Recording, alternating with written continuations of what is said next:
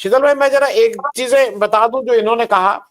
Presently 543 जो हमारे elected representative हैं लोकसभा के, अभी है वो करीब 24% रिप्रेजेंटेशन ऑफ ये 5 के जो राज्य हैं। और जब नया हो जाएगा 753, तो इनका रिप्रेजेंटेशन 19% रह जाएगा। ये मैं इसलिए बता रहा हूं कि अब जरा मैं 2 आंकड़े और दे दूं। हाँ भाई, हम और आप तो उत्तर प्रदेश के हैं, तो हम लोग की दादागिरी बढ़ जाएगी। हम 80 से 128 हो जाएंगे। मतलब वी अगेन, यूपी वाले 80 से 128 हो जाएंगे और बिहार वाले 40 से 70 हो जाएंगे। मतलब ये 2 स्टेट ही बिल्कुल इतना स्क्यूड वो हो जाएगा। मध्य प्रदेश अभी 29 है, 47 हो जाएगा। महाराष्ट्र 48 से 68 हो जाएगा। राजस्थान 25 से 44 हो जाएगा। मतलब ये तो बेतहाशा हिंदी राज्य में सीटें बढ़ जाएंगी। मैं इसको इसलिए ये बात कह रहा हूं, ये शायद मेरे हिसाब से शीतल जी, हिंदी राज्यों के बैकवर्ड होने का एक बड़ा कारण और हो जाएगा। क्योंकि हमारे यहाँ एक बड़ा, हम और आप समझते हैं, बड़ी स्टेट होने की वजह से यहाँ लोग कुछ भी कर लेते हैं और उनका कुछ होता नहीं और वो they get away with it. जवाबदेही कम है। जब 80 में जवाबदेही नहीं है तो 128 में क्या जवाबदेही होगी? तो मुझे ऐसा लगता है कि अभी तो शायद पॉलिटिकल रिप्रेजेंटेशन के लिए लोग बड़े खुश हो कि प्रधानमंत्री हमारे यहां से बनता है, यूपी की ताकत है, प्रधानमंत्री बनाएगा। लेकिन डेवलपमेंट के हिसाब से आपको क्या लगता है कि ये जो डिलिमिटेशन है, इसको व्यवस्थित अगर नहीं किया गया तो एक, जिसपे ग्रोवर साहब उस पे मतलब बाद में मैं उनसे प्रश्न लूंगा, हमारे फेडरल स्ट्रक्चर को भी खतरा है, क्योंकि वो कहीं ना कहीं दिक्कतें शुरू हो जाएंगी। शीतल जी। बिल्कुल आप ठीक कह रहे हैं। वैसे तो ग्रोवर साहब ने बेसिक सारी बातें कही दी हैं। समस्या यह है कि जितने ह्यूमन इंडेक्स के पैरामीटर हैं देश में, या जो इकोनॉमिक इंडेक्स के पैरामीटर्स हैं, उनमें ये दक्षिण के राज्यों का परफॉर्मेंस जो है वो सुपर्ब है। तमिलनाडु तो नंबर 1 है एक्चुअली। अगर वो दोनों को हम कंपैरिजन कर लें, इकोनॉमिक इंडेक्स का और ह्यूमन इंडेक्स का, कि दोनों किस राज्य में मिलजुल के एक अच्छी पोजीशन अगर कहीं बनाते हैं, तो उसमें सबसे अच्छा तमिलनाडु का है। वियतनाम के आसपास उसका ग्रोथ है पर कैपिटा वगैरह।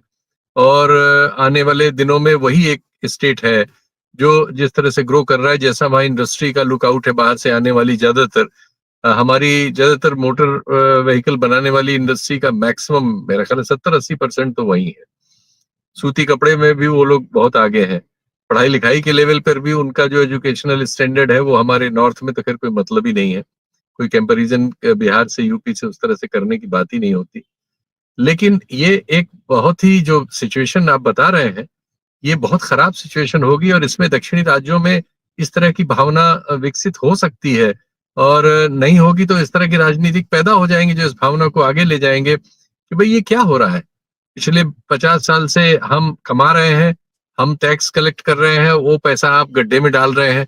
जहां आप पॉपुलेशन कंट्रोल में फेल हैं, हेल्थ आपका बिल्कुल पुअर है, इंफ्रास्ट्रक्चर की बाट लगी हुई है, और स्टेट्स सिर्फ पैसा मांग रहे हैं, पैसा मांग रहे हैं, कोई चीज करते नहीं है। लेकिन पॉलिटिकल नंबर उनके पास बड़े हैं और बड़े होने जा रहे हैं, और पता चला पॉलिटिक्स पे उनका कब्जा होगा, तो इस तरह से संसाधनों की लूट करने का उनका राइट और बढ़ जाएगा। ये भावना बिल्कुल प्रबल होगी। और ऐसे में जिस तरह का एटीट्यूड इस समय की सेंट्रल गवर्नमेंट का है, ये पुराने अनुभव नहीं ले रहे हैं। आजादी के पहले भी एक बार ये लैंग्वेज का मुद्दा मद्रास प्रेसिडेंसी में उठा था, और अब जो है वो 60वें दशक में भी पिछले सदी के ये बहुत बड़ा मुद्दा बना था। और मद्रास जो है कितने दिन तक वहां आंदोलन ये सब चला था, कितना मुश्किल हुआ था। वैसा ही वातावरण फिर बन रहा है। ये ठीक है कि अभी आपके पास आंध्र प्रदेश का एक सपोर्ट है, जिसमें एक ऐसे लीडर हैं जो अपने डेवलपमेंट के लिए कुछ लेवल पे कंप्रोमाइज उन्होंने कर रखा है। लेकिन बाकी स्टेट्स में 2 में कांग्रेस है, एक में लेफ्ट है। आइडियोलॉजिकली इन लोगों में आपस में तारतम्य है। तो सिर्फ एक स्टेट आंध्र प्रदेश में, जिसमें वो भी एकदम ओपन स्टैंड नहीं ले सकता इस तरह से हिंदी इम्पोजिशन के लिए, कुछ बीच की लाइन रखेगा।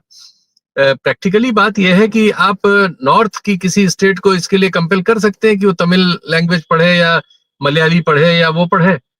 आपके किसी स्कीम ऑफ थिंग्स में सब तो है नहीं, तो आप कैसे साउथ पर जबरदस्ती ऐसा कर सकते हैं?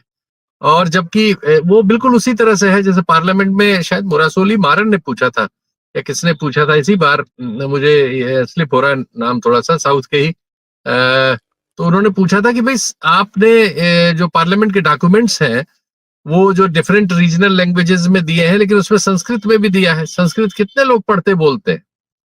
आप इसमें टैक्स पेयर का पैसा कैसे खर्च कर सकते हैं? संस्कृत कौन पढ़ता है इस पार्लियामेंट में? लेकिन आप संस्कृत में भी छापते हैं। तो आपकी अपनी पॉलिटिकल जो मैनूवरिंग है उसके लिए आप लैंग्वेज और इन सब चीजों का अगर इस्तेमाल करेंगे, ये तमिलनाडु से ये ऑब्जेक्शन आया था। अब आप एनईपी के जरिए ये कर रहे हैं। नीट पे पहले से ही झगड़ा है। अभी नीट में कालीकट यूनिवर्सिटी में एक महिला को आपने डीन बना दिया है। उनकी क्वालिफिकेशन ये है, एक तो सीनियर नहीं थी, कि वो गोडसे को प्रे करती हैं पब्लिक डिस्कोर्स में।